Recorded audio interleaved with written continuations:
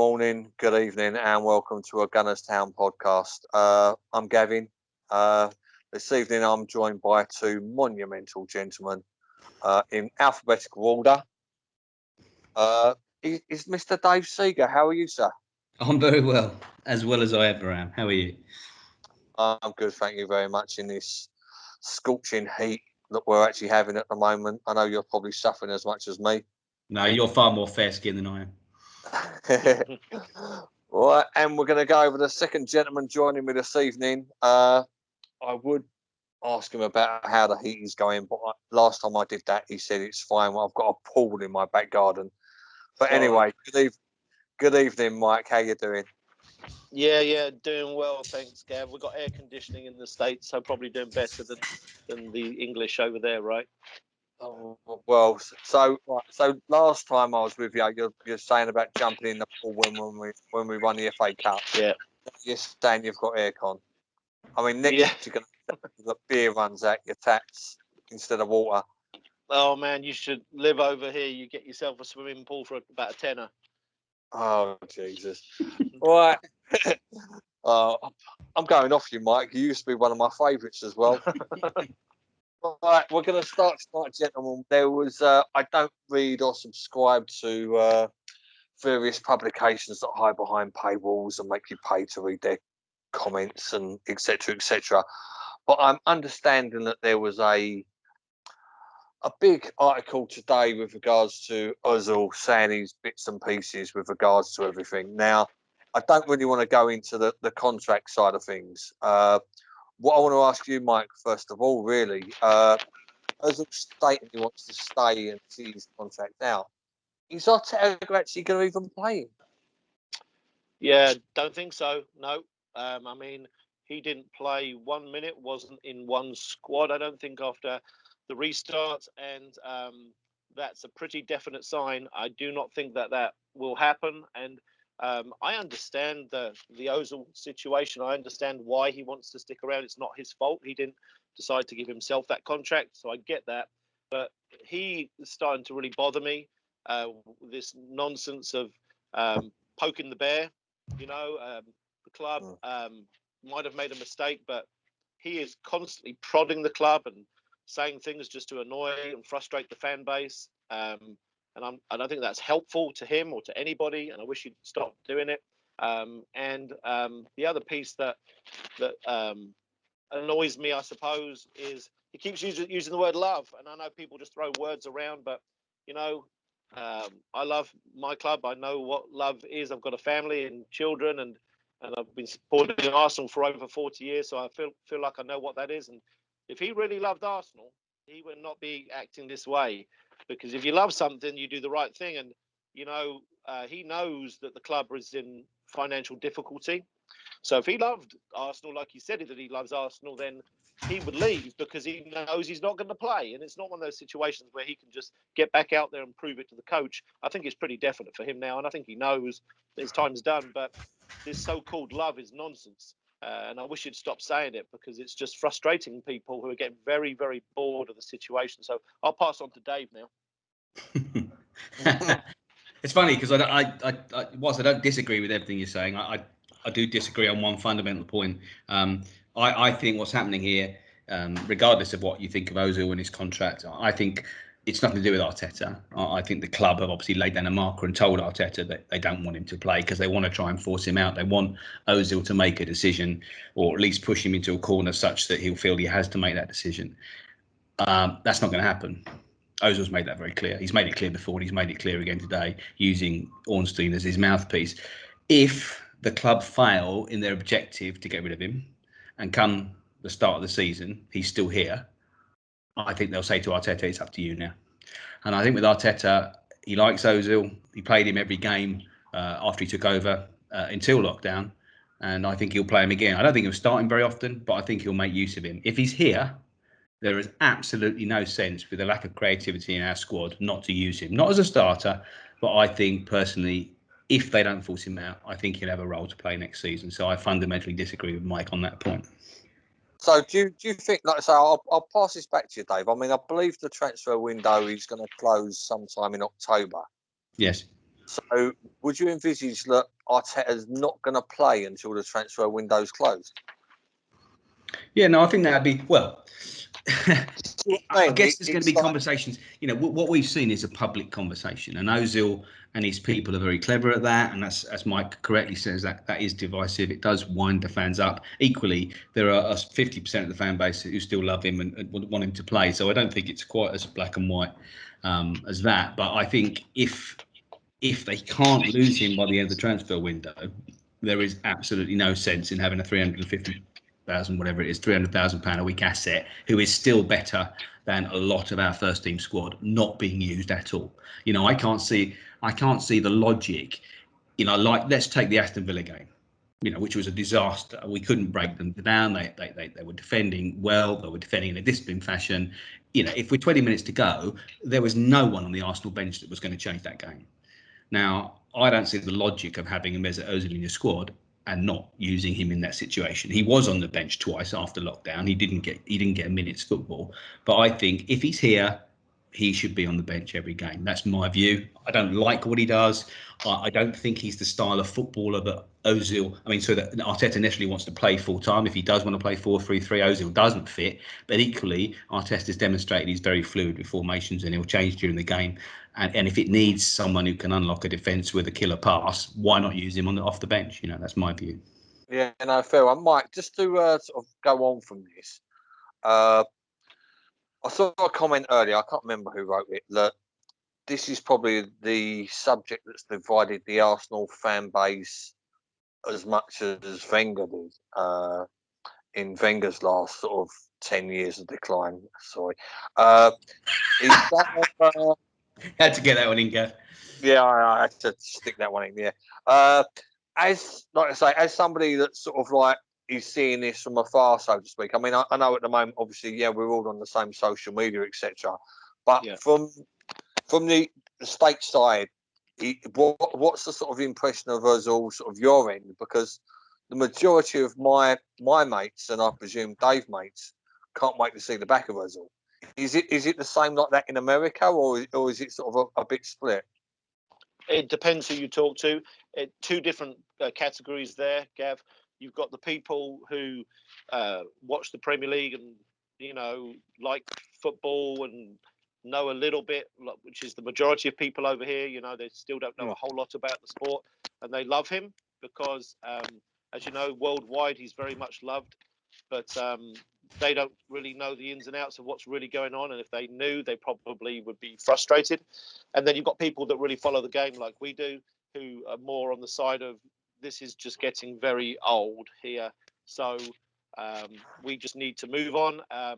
You know, for next season, having him on the bench, I think, is an issue if Arteta's trying this accountability thing, which the other coaches hadn't done for many, many years. Having a guy on the bench when he's not up to the level that you've asked the rest of the squad to be up to, and then transfers, we're going to buy somebody to replace him. So I don't see how the guy fits, because there's going to be a replacement for him, maybe a Coutinho or a Will.I.An is more likely, I think, playing between the lines. And then there's going to be Smith Rowe, who'll probably be the option. So, I mean, for me, I just find a way to just end this torture of conversation. It's just, he's a good player, was a good player, but his statistics and productivity just dropped off the map. So I'm past it, and most people over here are past it if they follow the sport closely. Yeah. So I mean, basically, what you're trying to say really is those that are educated know where it's at, and those that aren't, including me, by the sounds of it. Yeah. Well, okay, right. Let's move on, because I'll be honest with you, I'll probably. But Gav, just one more point.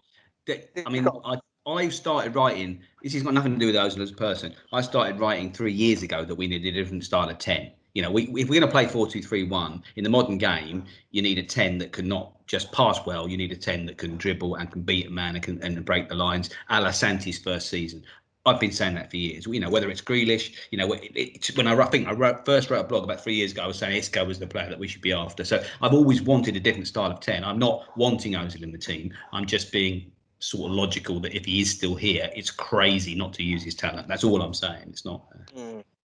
Like I say, I mean, I think It'd be very, very nice if we had a 26-year-old Dennis Bergkamp right now. That's all I think of, because okay, it took him a while to fit in, and it probably took him 10 games and Keown kicking the shit out of him in training before he sort of manned up a little bit. But Bergkamp, and the way Wenger originally played him, he was almost like an 8 going into a 10 some games. So I think that's what we're missing. And I know, Mike, look, me and you have spoke about this before on other podcasts. Look, we don't need a 10 or we don't need an 8. We kind of need like an 8-10 hybrid. Mm. And I know we're going off the track of what we were sort of like been planning to Well, not talk really, about. because Will.I.An, as I agree with Mike, we're probably leading into it, actually. Because I agree with Mike that Will.I.An could be that man. So. Right, so I mean, we'll go on to what we had planned next, which is obviously we're all sitting on tenterhooks waiting for a Bang and Will.I.An to be announced. All the smart money is both of them are going to be done. So I mean, Dave, have you any sort of ideas on when we're going to get some good news, or is the club almost delaying it because of the redundancy bad news that they had to put out last week? Well, it would have made more sense to put it out quicker if that was the reason, wouldn't it? I think I agree with you. I think both of them are sorted. I mean, I was always of the view, I've never ever thought that Aubameyang was going to leave next season. I think even if he hadn't signed a contract, he would still be playing for Arsenal next season. I've never changed in that view. So I think he will now extend. And I think that announcement will be soon. Don't know when. Will.I.An, again, I think it's done. And I think what's interesting that's divided the fan base as well, because you get that, why on earth are we signing a 32-year-old and all this stuff? But these are the same fans that want a 32-year-old striker to extend for the next 3 years. So there's no logic in there. If you're good enough and you're fit enough, and Will.I.An, and certainly, without a shadow of doubt, is that. The question is where does he fit into Arteta's plans? And Mike knows this because I've done it on Gunners Town, and I've said it before. I've got a feeling that I've always thought he wants to play 4-3-3. And I don't think Will.I.An's coming in to replace Pepe or Saka or Martinelli on the flank. I think he's coming in to be the third central midfield player, where Saka was utilised, now and again. Because I think if you're going to play 4-3-3, forget the left, right, middle thing. I just think you've got to have one central midfielder who's predominantly physical and defensive, a la Partey. He's obviously looking for. You can have one who's more of a playmaker, and I think that's Ceballos or Xhaka. And I think you've got one who's going to link to the attack, whether by passing, by beating a man, by dribbling. And I think that could be Will.I.An. I mean, it could be Grealish, it could be Maddison, but I think in his mind that could well be Will.I.An. And then the likes of Saka and Smith Rowe can learn from him and gain experience of playing with him, and watching him. That's my view. Yeah, Mike, to go on from what Dave said, if the Will.I.An deal has been tied up or is very, very shortly to be tied up or announced or whatever way you want to look at it, if Arteta is selling that position to Will.I.An, is that going to sort of tick his boxes as the player? If Arteta's saying, look, we want you as that 8-10 central sort of role, is that how Arteta's actually sold the club to him? Well, I think so, just by what I'm reading from people who know more than I do, that he's always wanted to play there, is my understanding. Whether that's true or not, but I'd imagine a guy with his skill set would be, anybody would want to play more centrally. You get more touches and more opportunity. It is crowded, but I think that's a huge sell for him, and I think it's a wonderful signing. Everybody wants Thomas Partey, and spending 45-50 million on him. Well, we can't go get Jack Grealish, and I'm in the same boat as Dave. I'm a huge Jack Grealish fan. I would love Jack Grealish in front of Will.I.An, but we can't get Jack Grealish and Thomas Partey. So to get somebody of the elite technical level, who's won stuff, he's got a connection with the other Brazilians in the squad. He can help Martinelli. He's a ball progressor. He's a penetrative player. His statistics last season, I think, were number one at Chelsea for balls into the box and chances created. For all these things that he brings, forget the age for a minute, that guy for a free transfer, Premier League ready, is a very intelligent signing and allows us to buy Thomas Partey. Or maybe you find a defensive midfielder who's free. Maybe there isn't one of that level, and you buy Jack Grealish, which I think Dave and I would both like. But you have to be real with this thing. So I'm very excited. Plus, last point I would make is that the guy's a hybrid player, and we got a hybrid coach, and the guy can play 4 positions. He can play all the way across the front line, and I believe he can play attacking midfield, or as Dave says, the 8, the box-to-box 8 in a 4-3-3. So maybe that's even 5 positions. 4 without the centre forward. Sorry, but yeah, I'm loving it. It's an intelligent thing to do. I will also add to that, Gav. I'm sorry. I'd also add to that the people that are talking about ages, I think maybe there's a point that maybe folks are missing, is that with the way that football is these days, with fitness levels and how the players look after themselves compared to how they've done it in previous years, maybe a 32-year-old is more like a 29-year-old, let's say, from a few years back as far as their body is concerned, because these players are treating themselves better than they ever have. So they're lasting longer, hence why Santi Cazorla's 35 and just had some of the best statistics in Europe last year. You know, that's an example. Yeah. I agree. Dave, I agree. I'm going to chuck another sort of like slight slant on this, Dave. If Will.I.An does sign, which obviously we're all expecting, where does that put Willock and Smith Rowe? I mean, Smith Rowe got rave reports at Huddersfield. Huddersfield fans absolutely loved and adored him. Where does that put them to? I mean, is it going to be a case of one of them's going to get a loan and one of them's going to be the understudy? I mean, where do you see that dynamic? It's an interesting one, because you can argue for either, because Willock's played more games for Arsenal than any other player this season, amazingly. Not 90 minutes, but he's featured in more games. So, and that's 3 different managers have trusted him, or 3 different coaches. And yet, by the same token, as you say, Smith Rowe, obviously prodigious talent, and Arteta has only recently talked up, his desire and how much he's looking forward to working with Smith Rowe. My personal view, if it was me, is I can see Joe Willock, but I don't see Joe Willock as a long-term Arsenal player. I think Smith Rowe has an extra level over Willock, and I think the other thing is he's more akin to Will.I.An in attributes. So for someone to learn from and be an understudy to, I think, we are not a Man City or a Man United where we can have 3 or 4 players in every position. We're not that, but we can have 2 good players in every position, and we're enough competitions to have that. So, I would like, if I was Arteta, and I'm sure he would feel the same, is he's going to want 2 players that can play every single position and challenge each other. And that's why I think these stories about Maitland-Niles being available are happening, not because he wants Maitland-Niles out the door. I don't think he does, but the club are saying, look, we've got Suarez, we've got Bellerin, we've got Maitland-Niles. And if we view Maitland-Niles as right back, we can't justify, in our current budgetary constraint situation, 3 right backs. So I think, by the same token, I think if Will.I.An does arrive, I think Smith Rowe will stay, and I think Willock will be sold or go on loan, or should be sold or go on loan. That's my view.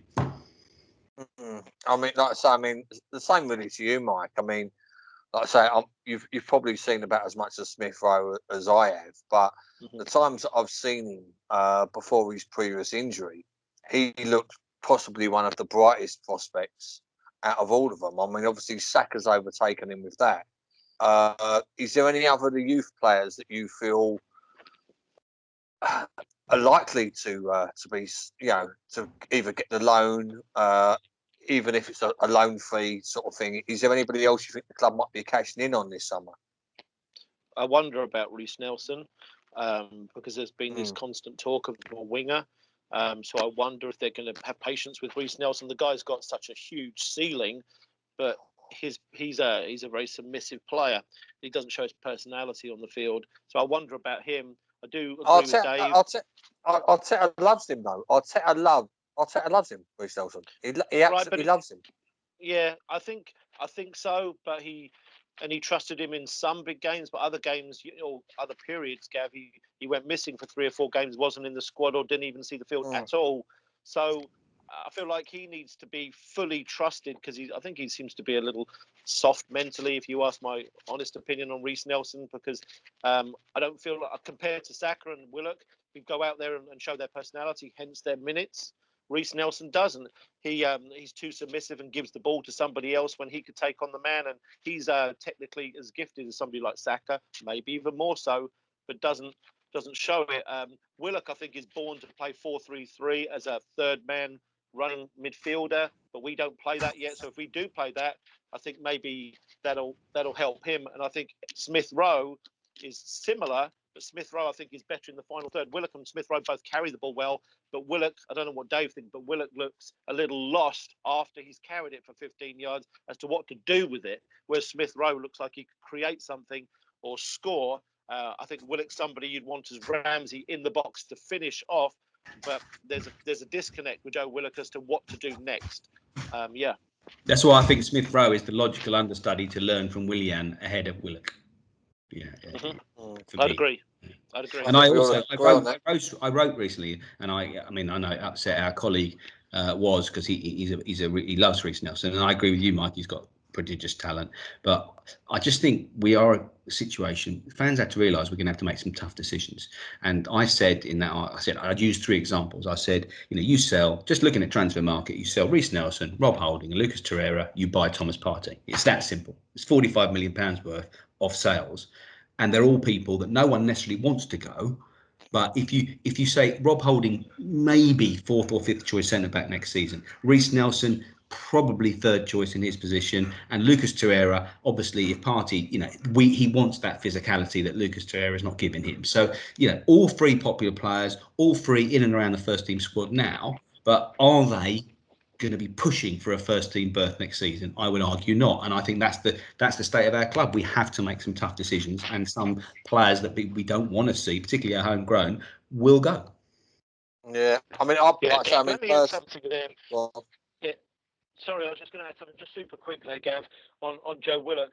I think regardless of what we think might or should happen, I've got a feeling he'll stay because he was trusted so often. But more to the point, I think he's going to be the versatile hybrid super sub.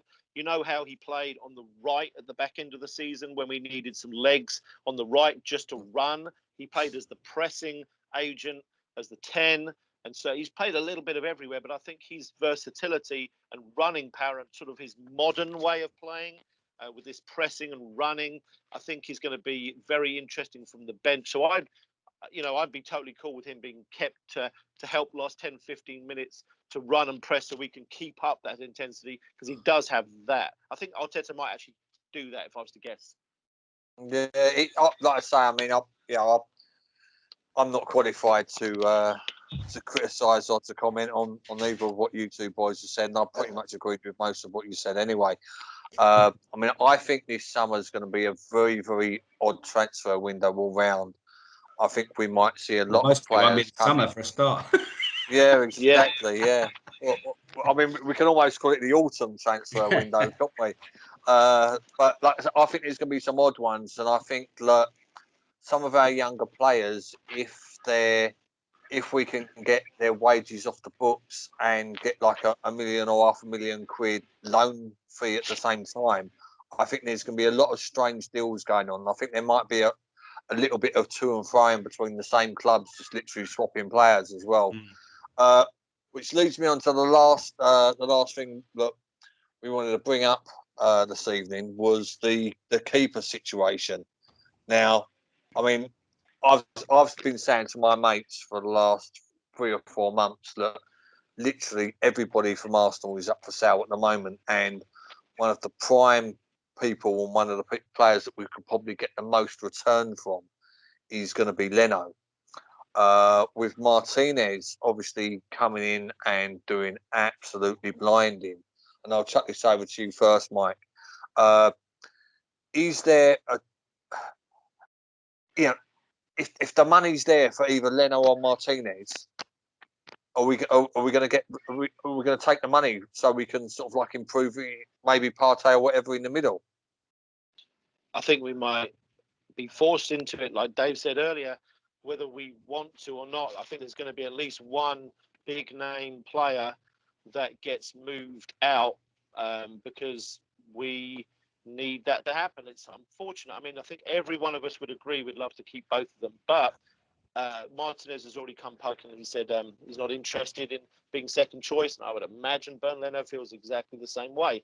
So I think, if money is what the club needs, then you have no choice. Bernd Leno's going to bring double, I would imagine, what Emi Martinez would, even though Martinez has been fabulous. For me, I would actually lean towards keeping Emi Martinez. I love the romance, the fact he's been at the club so long, that he performed at such a high level so quickly, and I think he's better better with his feet, and I think he's better commanding his box, and I think it's so close in the other area. So I don't want to sell Bernd Leno, but if we had to, I think Manchester United and Chelsea, I think we need to watch out there because their two goalkeepers have grossly underperformed. I wonder if Leno or Martinez might end up going there.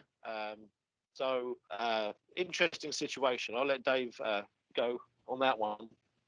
Well, I don't disagree. I mean, it's weird, isn't it? Because let's take Aubameyang out of the equation. We're talking about our best two players of last season. We are literally talking about our best two players. 30 games, Leno was our best player, barring Aubameyang, and 8 games, Martinez was our best player, barring Aubameyang. Which I don't think I can think of any other club where that would even be vaguely similar to that situation. And Martinez, the key thing is, I think, is that he's definitely better with his feet. And that would be an interesting factor for Arteta. Whether Arteta knew that before he had to throw him in, I don't think any of us did.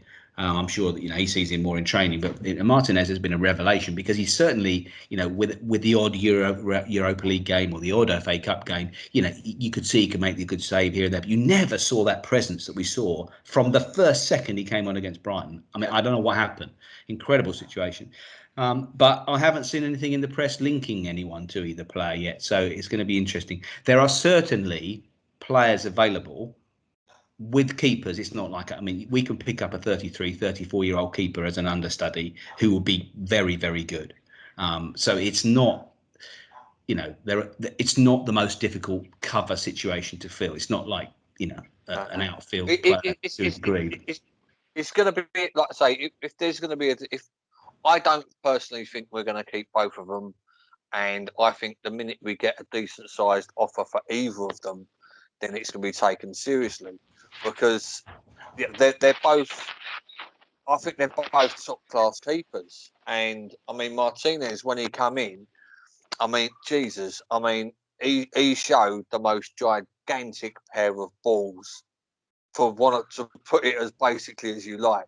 He come in with so much confidence that he shouldn't have had. And like I say, and as what Mike and yourself has been saying, Dave, fantastic with his feet, quicker distribution than Leno. I remember when more accurate. More accurate.